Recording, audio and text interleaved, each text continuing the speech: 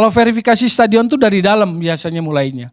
Dari rumput, karena rumput itu atau lapangan itu menjadi panggung utama, main stage gitu loh. Maka itu menjadi seolah mahkota buat sebuah stadium. Lapangan untuk kategori lapangan yang diakui memenuhi standar FIFA, itu size-nya harus clear dan tepat. Pilihannya cuma satu, 105 panjangnya, lebarnya 68. Kenapa saya ngomong gini? Karena di sepak bola diperbolehkan panjangnya antara 100 sampai 105, lebarnya 65 sampai 68.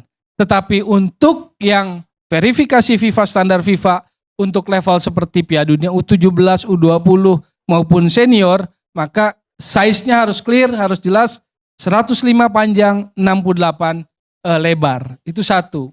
Kedua, soal rumput. Rumput itu FIFA meng-approve 3 macam. Mau yang rumput asli, alami, satu. Yang kedua hybrid, yang ketiga artificial turf, sintetis. Tapi tentu sintetis yang sudah di-approve standarisasi FIFA. Terkait hybrid seperti yang di JIS ada 3 pola. Saya memang bukan ahli rumput, tapi yang saya tahu ada 3 pola dalam lapangan rumput hybrid. Ada reinforced root, jadi artinya penguatan akar rumput. Ada tipe karpet, lalu ada yang stitching fiber, jadi yang dijahit. Teknisnya saya nggak paham. Cuma ada 3 pola itu diakui semua oleh FIFA sebagai standar FIFA. Contoh yang seperti di JIS ini sama seperti yang di Allianz Arena, di Wanda Metropolitano Atletico Madrid, lalu juga Spartak Moskow juga sama. Jadi ini bukan hal yang baru, bukan hal yang asing dalam sepak bola. Pertimbangan lainnya kenapa hybrid, 5% sintetis, 95% rumput alami, karena daya tahan lama. Kedua, menyerap air lebih banyak. Ketiga, lebih cocok di daerah pesisir. Dan menurut saya dengan area Jakarta Utara, Papanggo itu memang ini yang paling cocok. Jadi resisten publik atau logika sepak bola itu ketika akan ganti memang jadi sensitif. Terutama buat yang ada di sisi politis, ketika rumput atau mahkota itu diganti, maka memang ada sentuhan sensitivitas. Seolah-olah mahkota itu mau diganti, seolah-olah salah gitu loh. Maka konsep ini yang harus dipahami. Konsep Buro Hapol waktu bikin ini terkait dengan roof yang memang melingkari itu dan juga sinar matahari yang masuk harus didorong dengan grow light dan sebagainya, lalu pilihan rumput yang hybrid, itu memang harus dipahami secara utuh gitu loh.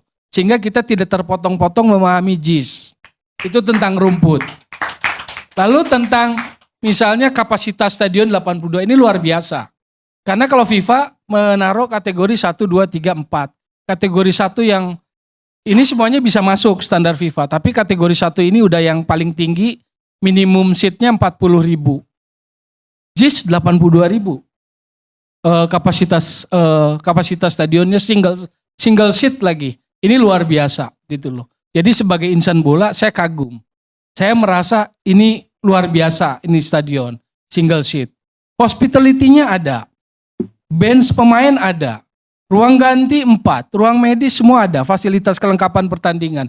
Room doping control ada. Jadi semuanya mengikuti FIFA guideline standar stadium. Itu diikuti. Lalu soal lampu, floodlight. Kan itu juga banyak persoalan di stadion-stadion kita lah. Sangat minim. Nah, JIS itu 2.400 look. Ini tinggi sekali. Karena untuk FIFA standar penerangan lampu itu, floodlight, ada 3 macam ada 4 macam ABCD. Yang untuk Piala Dunia utama itu A kategorinya. Berapa tuntutannya? 1.500 look. Untuk Piala Dunia U20 standarnya yang B. Berapa ukurannya? 1.000. Yang Piala Dunia U17 standar penerangannya itu standar yang C. Berapa itu? 700. Jadi kalau standar C 700, Piala Dunia U17, kalau pakai di JIS memenuhi enggak? Sudah melampaui 2.400. Jadi menurut saya dari sisi itunya JIS sudah luar biasa. Bahwa belum diverifikasi secara apa itu? Secara formal, yaitu tadi sudah disampaikan kan, pengajuannya sudah ada tetapi JIS belum diverifikasi secara formal oleh FIFA supaya berstandar bertaraf FIFA atau memenuhi itu. Nah makanya saya bilang ini perlu segera diselesaikan supaya kita tidak berpolemik gitu loh. Antara logika sepak bola dengan unsur-unsur lain seolah-olah berhadapan. Padahal kalau yang saya inginkan, makanya saya bilang saya mau bicara dalam koridor bola karena saya melihat unsur-unsur itu. Unsur-unsur yang menurut saya luar biasa dalam sebuah stadion 82 ini nggak mudah. Kapasitas seperti itu single seat. Jadi ini akan menjadi opsi lain lah buat pengembangan sepak bola terutama di Jakarta. Dan terkait U17 saya senang kalau itu jadi alternatif ketika GBK nggak bisa, menjadi salah satu pilihan. Ajukan 6 stadium karena Piala Dunia U17 bisa minimal 4, 6 atau 8 stadium. Jadi saya pikir pun kalau yang paling akan dihadiri banyak itu kan pertandingan yang melibatkan kita ada tuan rumah. Kalau kita tuan rumah saya pikir potensi penontonnya tinggi. Tetapi kalau stadion-stadion yang kecil adalah grup-grup lain lah. Dan kita akan ada di grup A karena sebagai tuan rumah. Itu saja dulu terkait infrastruktur, terkait diskusi malam ini yang bisa saya sampaikan. Terima kasih.